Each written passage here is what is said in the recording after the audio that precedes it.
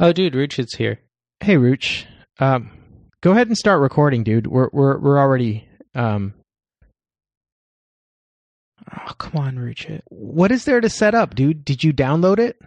Can you just? Oh my God, Ruch. Listen, Ruch. What we have from you is like a long history of broken promises.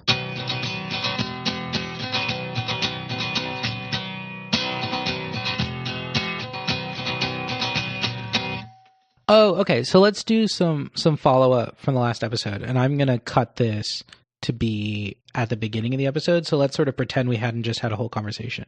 Sure, if you want. All right. Okay, so let's get started. Following up on last episode we did, Everything We Know About John McCain, there had been some discussion towards the end of the episode about a Jim Johnson. Ruchit mentioned this Jim Johnson person. He thought Jim Johnson was from Vermont. I thought he was from Pennsylvania. Turns out he doesn't exist. His name is Jim Jeffords. He was a senator from Vermont. He originally was a Republican. And then the 2000 elections left the Senate with a 50-50 split. And so the Democrats set about trying to find some Republican to pick off, and they convinced Jim Jeffords of Vermont to become an independent and caucus with the Democrats. That gave the Democrats a 51-seat majority in the Senate, which is kind of cool. At the end of that term, Jim Jeffords retired from the Senate because he claimed that his wife's health was poor. That's a good summary. Nice.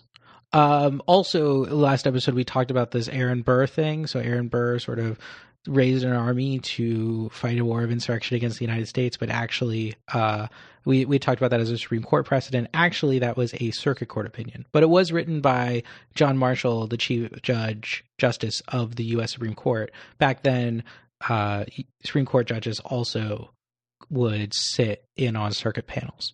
Sound about right? Yeah, I did think, though, that we had mentioned that it was a district court that John Marshall was sitting by designation or as just as a part of his job. But I guess now maybe I should listen to our last episode to be sure. I don't like to listen to our podcast.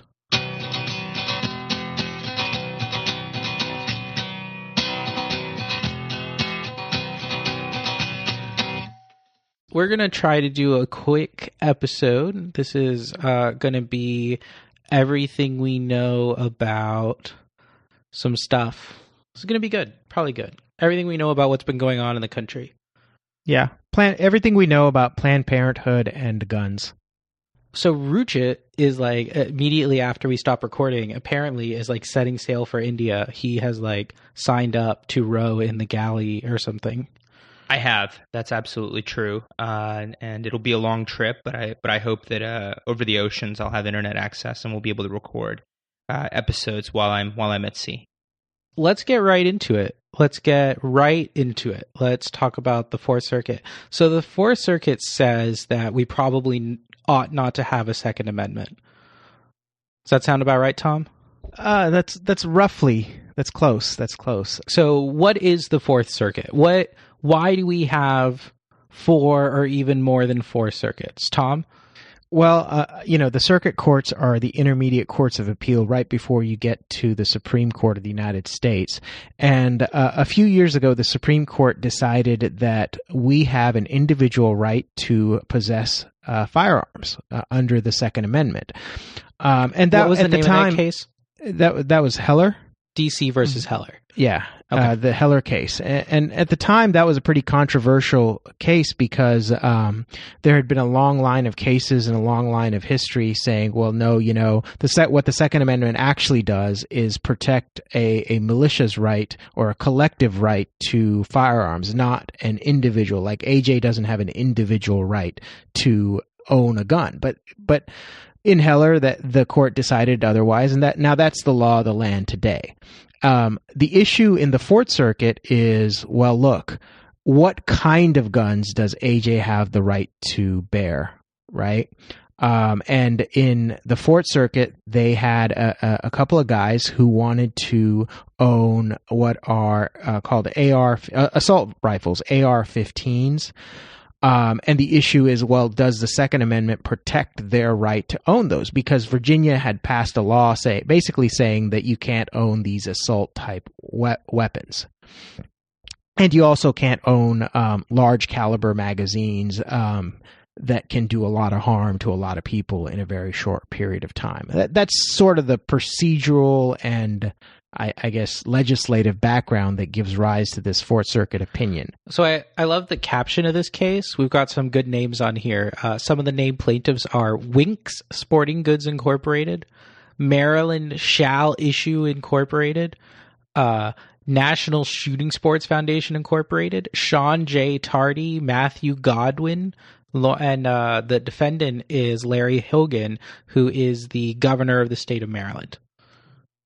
So you guys have been calling these things assault rifles, and I think if you talk to sportsmen or really gun owners in general or gun manufacturers, they call them sport rifles or sport tactical rifles because, I think without being too derisive, I think the AK-47, I guess, could be used for sport, but I don't know.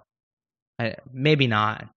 So, Ruchi, you actually do raise a good point, because one of the two issues that the Fourth Circuit decided was, look, are these even the category of guns that the Second Amendment affords protection to? Because in Heller, the Supreme Court said, look, we're deciding individuals have a right to firearms, but that's not an unlimited right. Like, you don't have a right to yell fire in a crowded theater.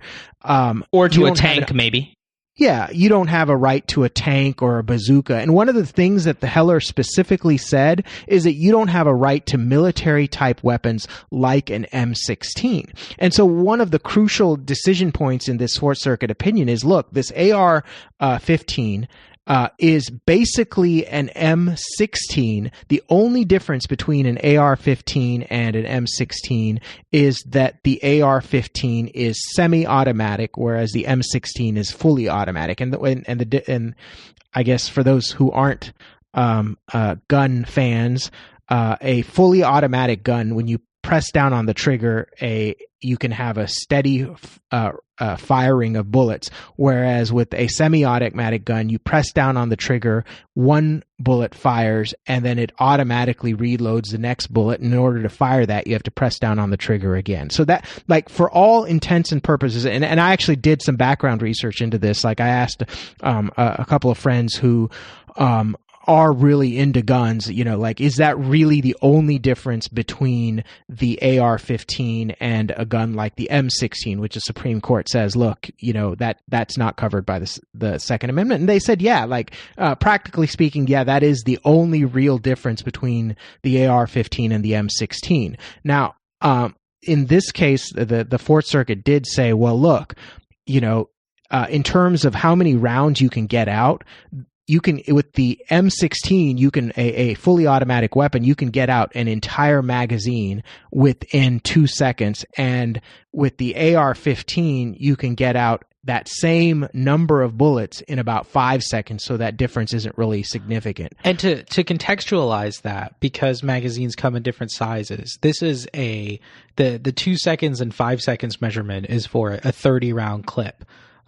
Whereas Maryland considers anything with more than 10 bullets to be a high capacity magazine. So it's not just 2 seconds to empty a clip, it's 2 seconds to empty a gigantic clip.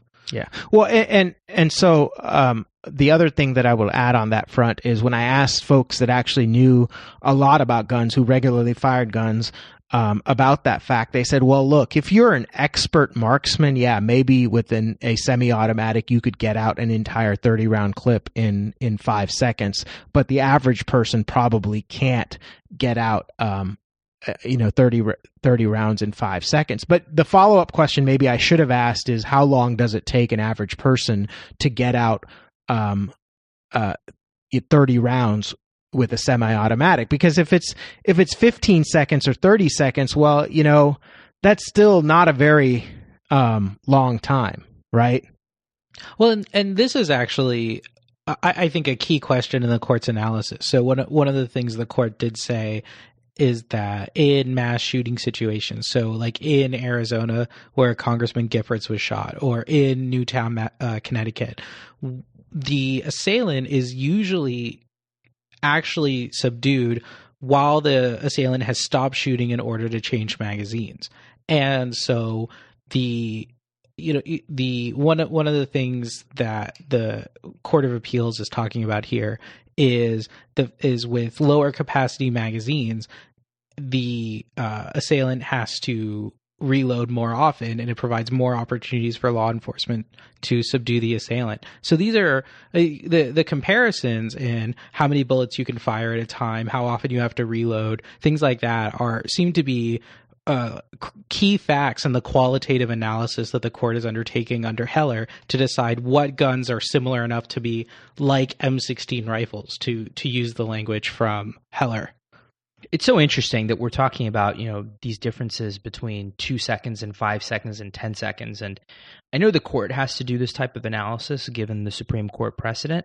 But, can we talk about one other issue here, which is the root of why some people are obsessed with the Second Amendment? And I say some, and I'm trying not to be too derisive, but I think some people interpret the Second Amendment as the right to rebel against the government. And by that, I mean, violent rebellion, and to do so with as many guns as you have and with whatever types of guns that you would want to have. And I think that's at the root of a lot of these issues here, which obviously the court doesn't go into discussion on. Do you really think that? Like, do you really think that people are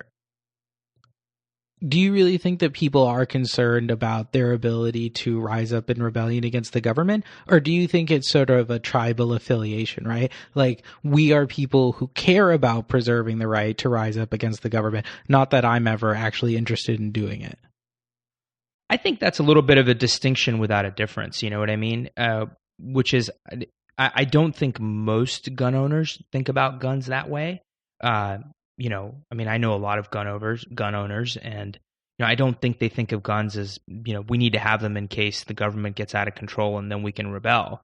I think it's more tribal in the sense that it's a cultural thing. You give your 10-year-old a gun, and then you give your 12-year-old a gun, and these guns are kind of passed down from generation to generation.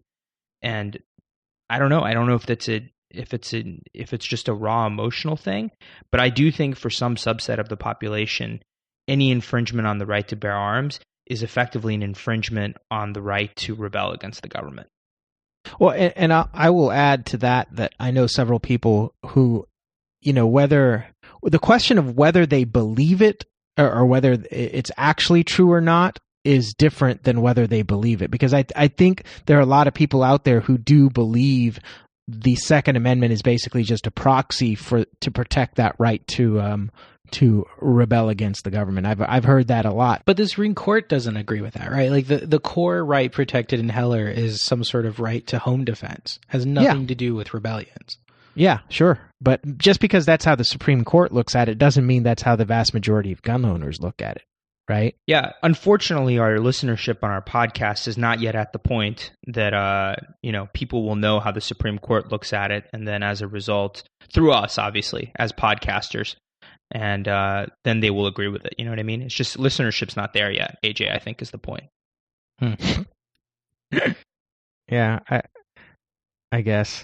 So, what do you want to do? Do you want to get into the real nitty gritty of the decision? There's a real discussion about intermediate scrutiny versus strict scrutiny, or are you bored? Is that boring? Well, actually, I thought the intermediate scrutiny was more interesting than the question of whether assault rifles are covered or not, right? Why is that, Tom? Well, so, okay.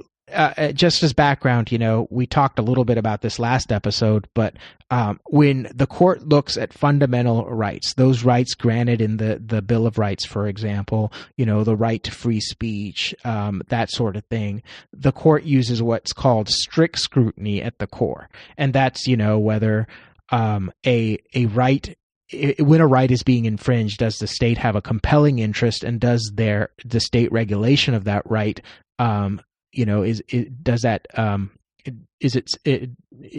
does it actually strictly serve the purposes it's trying to serve, right? Serve the goals that it's trying to meet, that meet the interest, right?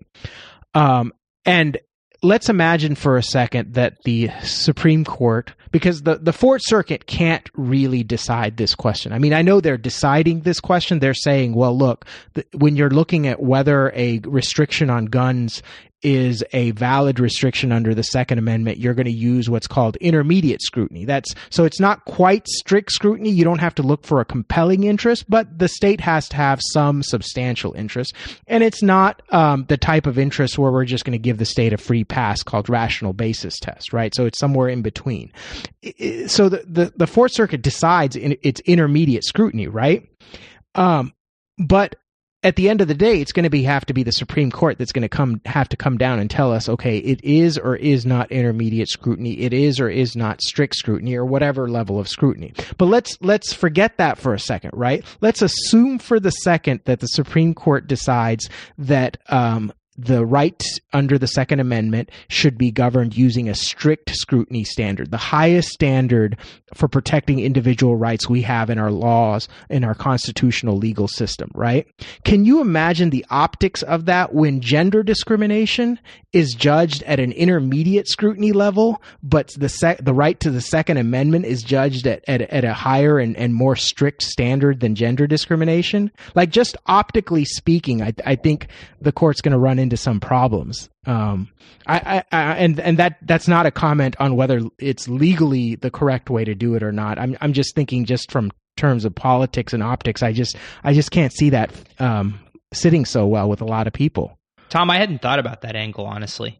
I guess because I didn't realize what level of scrutiny was applied to gender discrimination. But it might be helpful to back up just for a second, and you guys correct me where I'm wrong here, but whenever I've thought of sort of rational basis versus intermediate scrutiny versus strict scrutiny, and the way that I've always thought about it is, if the standard that the court decides to apply is rational basis, the state or the federal government is going to get away with whatever it is they want to get away with. When there's strict scrutiny, it's going to be pretty rare for the government to be able to do what it is that they want to do. So I think that goes to your point, Tom, of just how much it matters what level of scrutiny the court decides to use. Is that kind of more or less correct?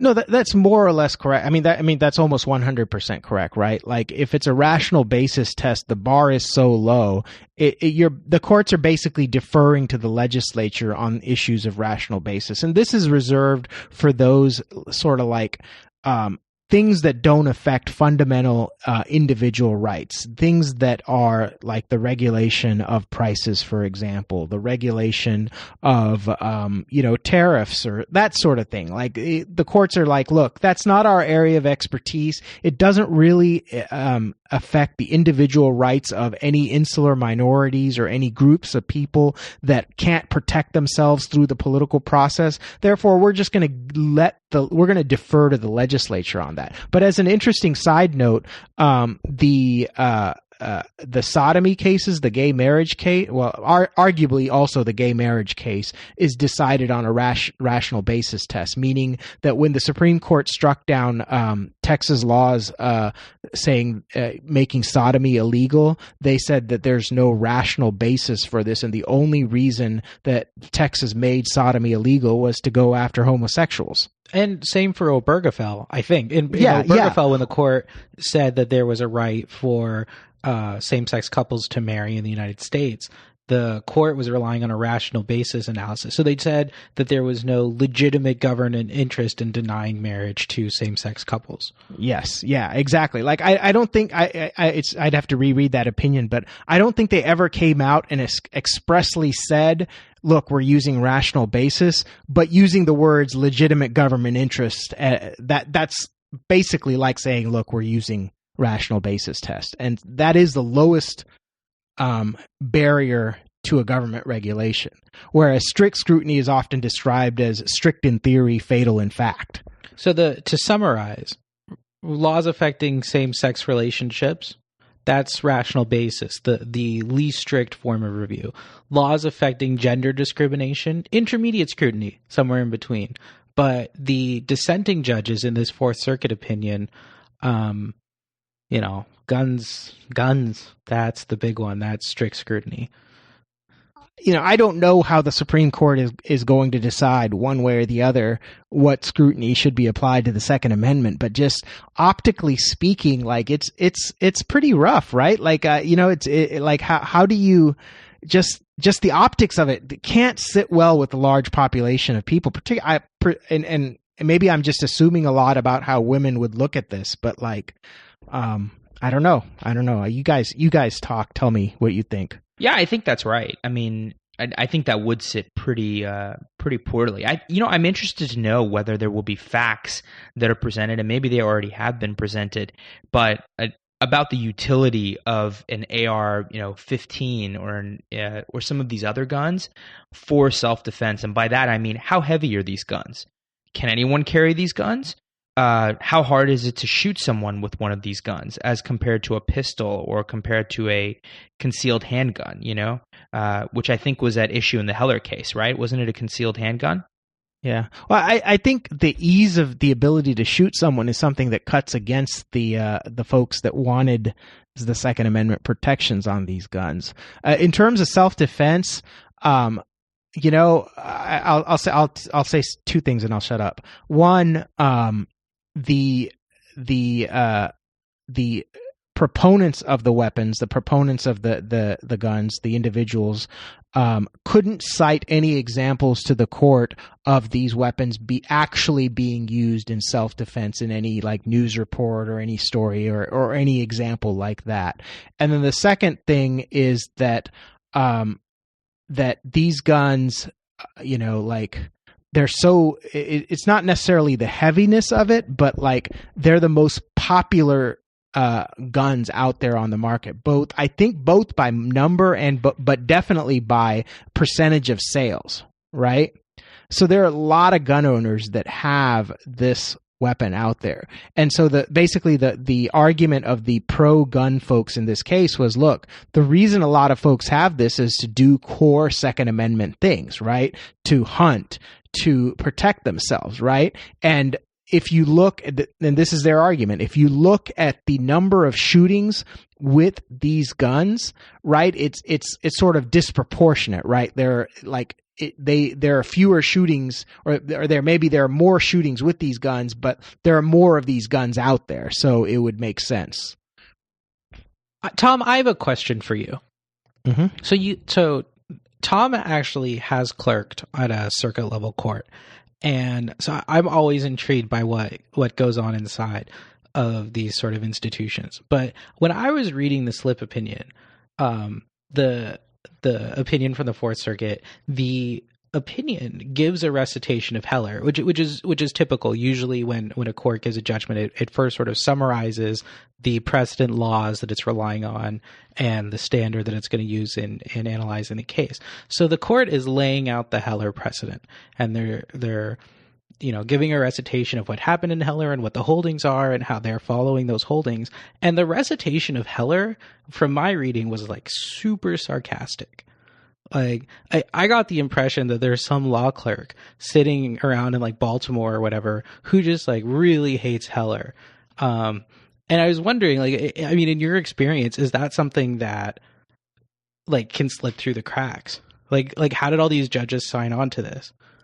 I honestly, and again, this isn't a per se rule, but I don't think that is something that would slip through the cracks, right? Like, I think, and this is me just being pretty frank, like as a former law clerk, I think law clerks and former law clerks like to think very highly of themselves and think, oh, like we're doing a lot of the work, or, you know what I mean? Like, because we do help draft the opinions, but like at the end of the day, it's the judges that sign on to it. And I can promise you, I will bet my last dollar that there was probably not very many judges out there that would sign their name to something or rubber stamp something that some first year lawyer wrote without really scrutinizing it. Like, because I mean, and think about it, just put yourself in those judges' positions, just as someone who's worked really hard to get where you are, you're not going to just, you're not going to just quit working, right? Like, these are not the type of people that there are exceptions to the rule. I'm sure there are some bad apples in every bunch, but like as a general rule, I don't think these are the types of people that just, sort of phone it in after they get their lifetime appointment. So I guess slip through the cracks may not be the right phrase, but what I mean is that let me lay out here are the parts that I think are particularly sarcastic, right? So there's starting on page 35, in footnote number 9, the opinion says that the Heller court is misquoting precedent, and it's in a way that's sort of nitpicky. I don't think it was a substantive enough correction to really need to be worth noting, but they went ahead and did it anyway. And then the core discussion where I think the sarcasm is really evident is in Scalia, in the Heller opinion, has this conception of the Second Amendment as containing two main clauses. So the Second Amendment says that there's a prefatory clause that recognizes the importance of having militias. And then there's an operative clause that says the right to keep and bear arms shall not be infringed. And the core issue here is that in this case is that weapons that are like military weapons are those that are least deserving of the Second Amendment protection. But it seems like if that were the case, then the prefatory clause, recognizing the importance of militias being well regulated, et cetera, that is in direct conflict with the Heller holding that military style weapons are not protected. And so the opinion is sort of teasing out this contradiction. And then there's this sentence that says, it was therefore immaterial to the court's interpretation of the Second Amendment that, quote, modern developments have limited the degree of fit between the prefatory clause and the protected right. And then the next sentence is my favorite. And thus, there was simply no inconsistency between the court's interpretation of the Second Amendment and its pronouncement that some of today's weapons lack constitutional protection precisely because they are most useful in military service. I mean, to me, that's clearly teasing out how a lot of folks felt about the Heller opinion, which is that the majority holding in Heller was just ridiculous. Well, I mean, AJ, if your question is whether judges are sarcastic at times in opinions, I mean, you don't need to look further than Justice Scalia to know the answer to that question, right? I guess my question is, am I reading too much into this, right? Is it possible that... I think you are. You think so? Yeah, I think you are. I think that at best, I think what this court is trying to do is trying to reach a conclusion that says that these guns, at least, are not covered by the Second Amendment, and they're trying to tease apart the Heller decision in a very fine-tooth sort of way to reach that conclusion.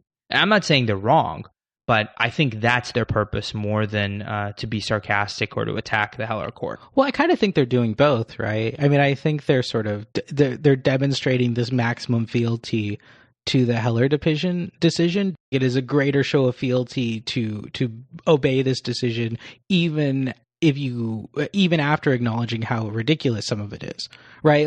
It's sort of a bigger act of courage to follow something that's ridiculous than something that's not. Mm-hmm. Yeah. This is not quite on point, but slightly related on the topic of military weapons.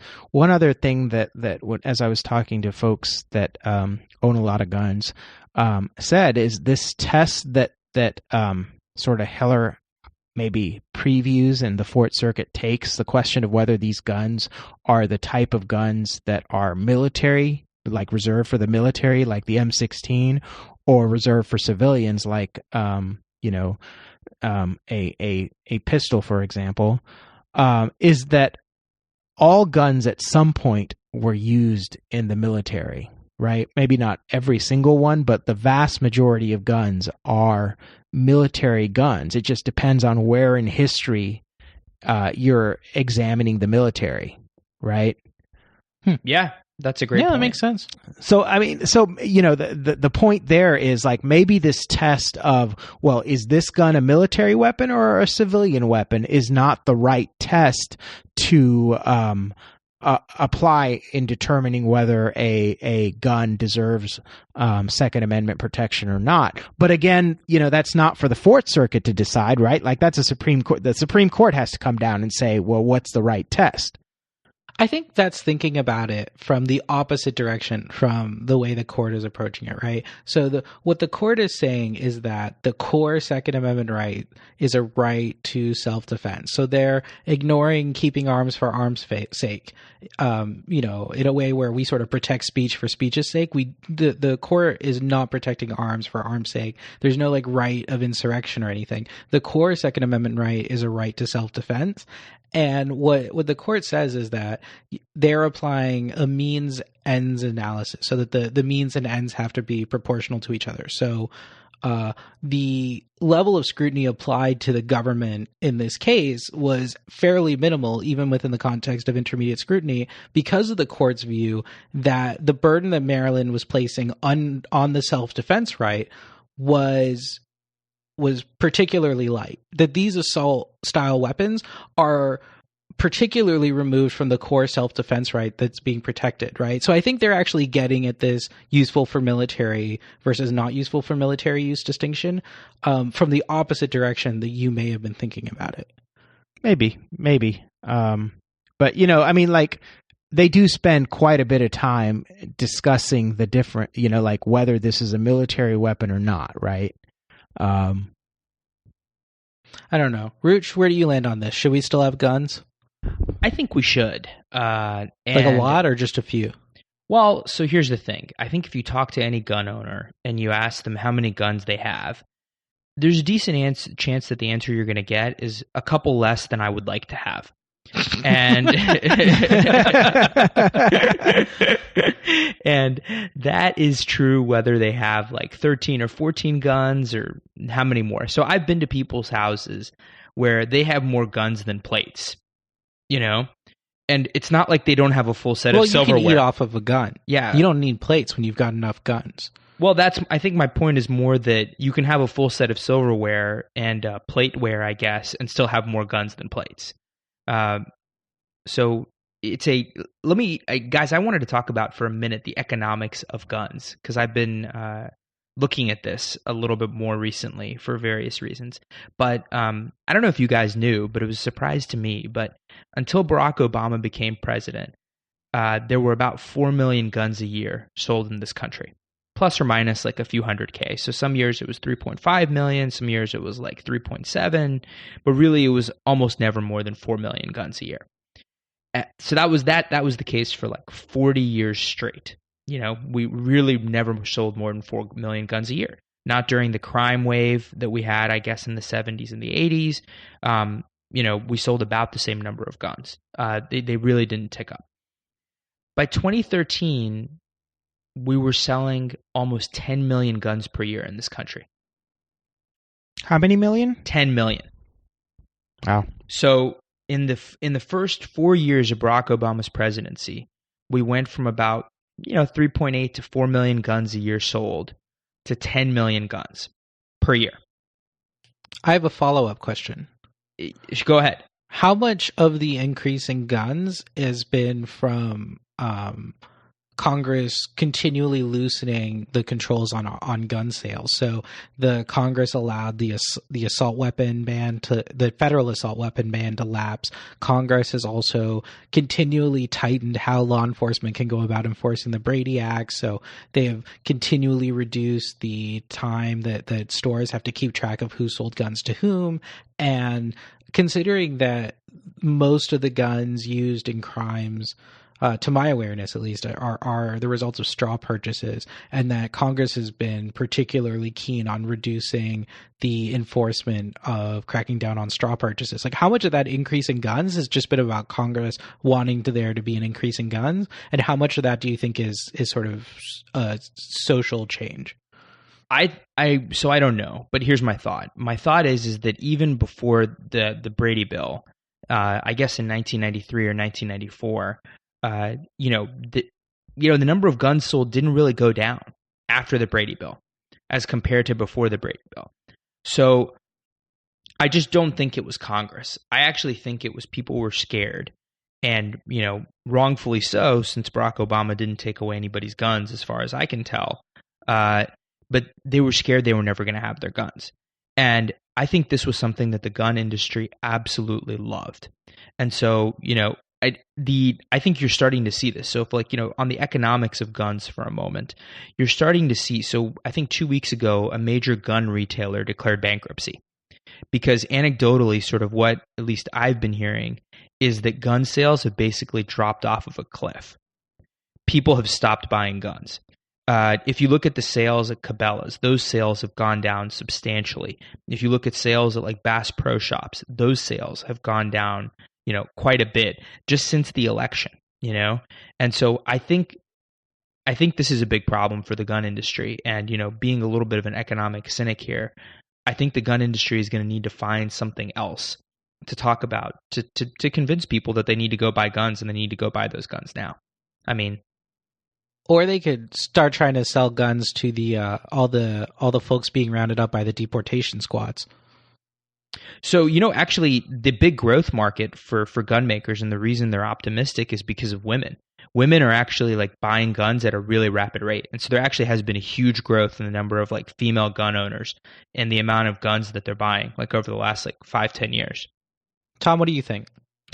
Well, I actually have a follow-up question. So, AJ, you said something interesting. You said that most, or maybe you didn't use the word most, but you said a lot of purchases of guns are straw purchases. What's your basis for that? Like, where are you getting this idea that most guns are purchased as or maybe you didn't say most. What I was saying, not that most purchases are straw purchases, but a very substantial proportion of the guns used in crimes are obtained through straw purchases. Well, I guess that might make more sense. Here's another good fact. Steven Feinberg, who is Trump's new, or may become President Trump's new intelligence review czar, owns Remington rifles, like the company. So that's another interesting fact. Interesting. Do you want to talk about this Planned Parenthood thing? Sure. Okay. Do you want me to give the background on this? Yeah, sure. So Judge Sam Sparks, who, full disclosure, lives in my neighborhood in Austin, Texas. Oh, wow. I didn't know that. Yeah, it's pretty dope. Have you ever run into him in your neighborhood? I haven't. Some folks I live near have. Can you invite him to this podcast? Yeah, if I see him, I'll definitely ask him if he wants to be on the show. Yeah, for sure. Maybe you could even leave him a note. At home, maybe? Like, just, drop it in his mail, I maybe? can just file my invitation on Pacer. Not a bad idea. File that. And, his clerks are invited, too, in case they wanted to, but only if he's coming. You know what I mean? So this week, Judge Sparks issued a preliminary injunction forbidding Texas from canceling the Medicaid provider contract with Planned Parenthood. So the idea is that companies that participate in the federal Medicaid program have to execute a Medicaid contract with the individual states in which they provide service. So there are 3 Planned Parenthood organizations in Texas. There's Planned Parenthood Greater Texas, Planned Parenthood South Texas, and Planned Parenthood Gulf Coast. Full disclosure, my wife is on the Austin Community Board. In fact, is the chair of the Austin Community Board of Planned Parenthood Greater Texas. And a couple of years ago, there were some fairly shocking videos making the rounds from the Center for Medical Progress, where they claimed that they had secret video recordings of folks at Planned Parenthood who were committing to violate all sorts of medical ethics in order to obtain fetal tissue to sell for a profit to research facilities. And the entire thing has since been debunked. There's no evidence that Planned Parenthood was violating medical ethics. There's no evidence that Planned Parenthood made a profit from providing fetal tissue to research institutions, although they did receive compensation from research institutions, but those compensations never exceeded Planned Parenthood's cost in obtaining this tissue. The tissue was only ever donated with the consent of the patient from which the tissue was obtained. I mean, the videos themselves have since been debunked, but the Inspector General for the Texas Health and Human Services Commission has decided that there's been a serious violation by Planned Parenthood Gulf Coast, which was the Planned Parenthood video featured in the Center for Medical Progress videos, and as a result has canceled the Medicaid contract, not just for Planned Parenthood Gulf Coast, but also for Greater Texas and South Texas as well. And can I add one thing before you move on? Sure.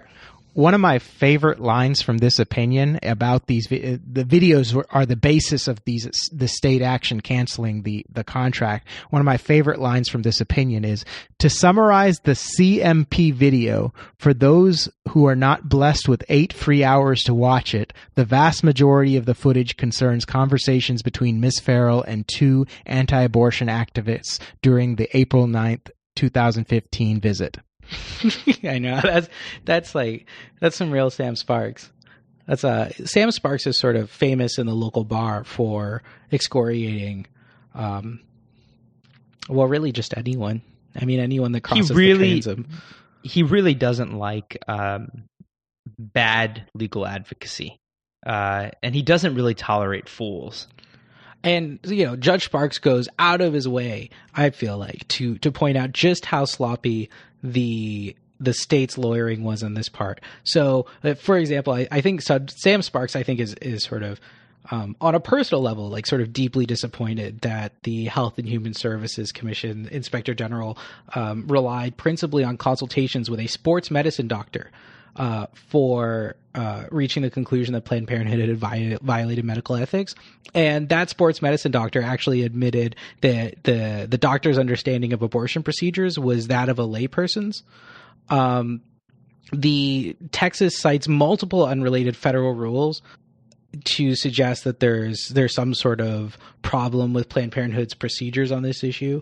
And Judge Sparks points out that those rules are just totally inapposite. The Inspector General couldn't point to a single payment Planned Parenthood had ever received for fetal tissue that exceeded Planned Parenthood's cost. The Inspector General claimed that Planned Parenthood had made misrepresentations to a Texas Ranger, but then admitted that he didn't actually know whether the statement at issue was a misrepresentation. It seems pretty clear that the Inspector General was just relying on a letter from Congressman Marsha Blackburn alleging that there's some sort of misrepresentation. And the Inspector General hadn't even reviewed the Center for Medical Progress video when it sent the initial notice of violation of Planned Parenthood. And the last thing is that the Inspector General failed to even authenticate the Center for Medical Progress video. So the Inspector General hadn't made any efforts to find out whether the video he was watching had been doctored, to see whether the statements in the video were authentic, had even been made, how the degree to which the video had been edited or recut. The Inspector General admitted that he made no effort to authenticate the medical progress video. AJ, you love this case. I love this case. I mean, I think for our listeners, you guys should know that AJ takes special pleasure in really any time the state gets a smackdown, I think. Wouldn't that be right, AJ? Especially if it's on these political issues, you love that. I just feel like if you're going to do something, you should do a good job.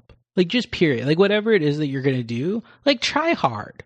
Like, for real. You watched a video that has been debunked, and you relied on a letter from Marsha Blackburn, and you're like, probably good enough, and there was no follow-up. You consulted with a sports medicine doctor who admitted that he has no idea how abortions work, and you're like, that's probably good enough.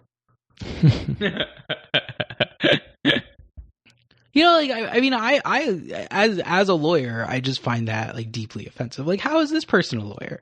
Like, what are you doing? What do you do with your day? I wonder if it is one of those situations where someone high up, and I have no idea if this is the case, but if someone high up said, listen, we need to do something about this, and then you just kind of, you're told, and you don't want to file the lawsuit probably, but you just kind of have to do what you got to do, At least that's what I like to think the case is. I like to think it's not like that the lawyering is this bad. I mean, I don't know. I don't know very much about this case, but I like to think the lawyering is not like super bad, sort of due to negligence or on purpose, but rather because this was the best that was possible. Maybe I'm being too optimistic. But, the lawyering, that's true in litigation, right? Like, you get a case and the preliminary injunction hearing is on this date, and you have exactly that much time to get ready for it, whether it's a winner or a loser. But the Inspector General took a period of a year from the initial notice of violation to when it actually issued the contract termination.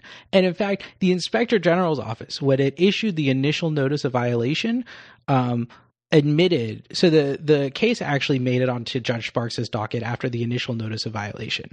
And what Judge Sparks recites in his order is that the Inspector General admitted after the initial notice of violation was initially appealed in federal court, that the Inspector General was nowhere near close to completing the investigation, hadn't even obtained the Center Medal for Progress video at the time that it sent the initial violation, and it took over a year from that point to actually conduct the investigation. So you're talking about a period of a year during which the Inspector General failed to consult anyone beyond a single sports medicine doctor.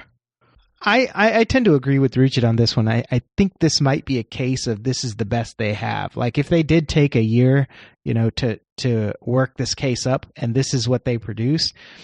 I mean, if they had something better, this would be the place to put it on the record, right? Because if they go on appeal on this case, their appeal is going to be determined by what they put before the district court. And if they don't put all of their cards before the district court, then they're going to be pretty SOL when it comes to appeal.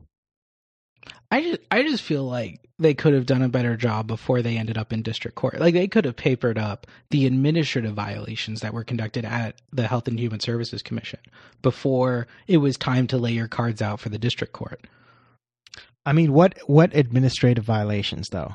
So the way Medicaid works in Texas is that a Medicaid contractor, so a provider that participates in the Medicaid system, can have their Medicaid contract canceled by the HHSC Inspector General if the provider commits some sort of program violation. And a program violation is basically any violation of state, local, or federal law, or any failure to follow the HHSC Medicaid guidelines. And so there were two violations that the Inspector General in Chief relied on. The first is the suggestion from Congressman Blackburn that someone for Planned Parenthood had made some sort of misrepresentation to the investigator from Texas law enforcement. And Judge Sparks says, the Inspector General admitted in the preliminary injunction hearing that he didn't actually know whether the statement at issue was a misrepresentation or a mistake. So the Inspector General says, you made a misrepresentation to a Texas Ranger. I've revoked your contract. And then in court says, well, I don't know if it was a misrepresentation, right? And the second thing that the second grounds for canceling the Planned Parenthood contract was this Center for Medical Progress video. And so what the Inspector General says is that he watched the video, failed to authenticate the video, failed to conduct any research to find other versions of the video to see whether his version was doctored in some way, then consulted with a sports medicine doctor, and the sports medicine doctor told him, yeah, the stuff in that video seems like a violation of medical ethics. And that same sports medicine doctor shows up at the preliminary injunction hearing and admits that he has no idea how abortion procedures work, and his understanding is that of a layperson's. And the Inspector General doesn't search any further than his own copy of the Center for Medical Progress video and his consultation with a doctor who admits to not have a professional understanding of abortion procedures. Right? Like, he had an entire year to find a second doctor. Sure, but going back though, like, were there violations of HHSC rules or like administrative rules that Planned Parenthood violated? Like, what I'm asking is there other evidence out there that they could have used, but they just decided not to for whatever reason? It sounds like there isn't. I don't know. As a lawyer, I sort of feel like for every proposition, you can find some sort of qualified expert to testify on it, and It just seems like one of the key things that your testifying expert ought to do is testify to his expertise. And so they managed to find a testifying expert, to wit, the sports medicine doctor, who failed to testify to his own expertise. Right? Like, that's just sloppy. That's not having a bad hand, right? That's just sloppy. That's just failing to find a decent enough expert. I don't know, man. Like, maybe there was no. I mean, didn't the state also have? And this is an area where I don't know, but since AJ, you follow these things, if the state was embarrassed at the very least, wasn't there like some case like recently, which was also a Planned Parenthood case, also in Judge Sparks' court, and it was like they got some like guy who was a philosopher to talk about like medical ethics, but he hadn't even read the rule that the state had laid down to protect medical ethics. I think that was this case, actually. Yeah, so So yeah. I mean, So at the injunction hearing, I think that was this case. I remember the story that you're talking about. But yeah, they got some philosopher from some university, I think in like Oklahoma or Kansas or something. He was from out of state, and he came down. listen, to there's testify, nothing and he wrong was with like, universities in Oklahoma or Kansas, and well, I they didn't go can to any have of them, so perfect as far as I know, they're awful. But anyway, I don't know. I don't think there's like that much meat on the bone here. Like I don't know if there's that much to talk about with this case. I thought the sloppy lawyering angle was interesting. Yeah, I think it's just the lack. It sounds like there's just not much meat on the bone here. You know what I mean? And these, I feel for the lawyers, you know, in a way, because I think they're probably just doing the very best that they can, and they're in a situation where they're being told to. I mean, I suppose I don't know, to advocate in the best interest of their client to the best of their abilities, and sometimes there's just not that much, you know. And it sounds like this is so thin. I guess I just have trouble believing that it was like actually a thick record or a decent record that they could have used, but they were just incompetent. I guess I find it more likely that there just wasn't anything there. Tom, where are you at? Should we still have an HHSC? Pretty ambivalent, guys. Richard, should we still have Medicaid? Yeah, I definitely think we should still have Medicaid. I think it's for good. I think men Medicaid is or good. also for women? For all people. Irrespective of gender. Yeah, Nice. I'm going that far. Wow. Yeah, I am. Tom? Yeah, I guess it would be a good thing to have Medicaid, and definitely not to like eliminate Medicaid in the next year or so. That would be good. Thank you, guys, and this has been a great episode. That's it, right? I think we're done. Yeah, that's it. That's it. The one thing that we didn't do this episode that we will do in future episodes, I'm sure, is continue the Supreme Court speculation. Yeah. All right, cool. All right, later. Bye.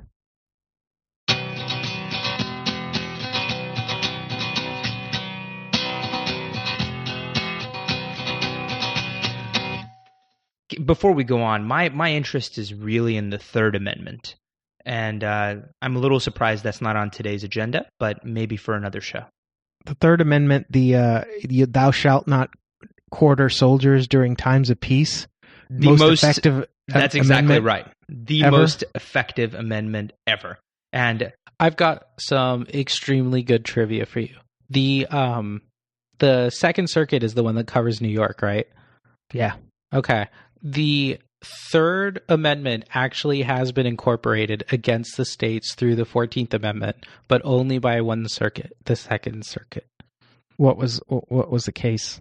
It had to do with I think like the National Guard like commandeered some like county jail or something to like house some troops, and it got to the Second Circuit.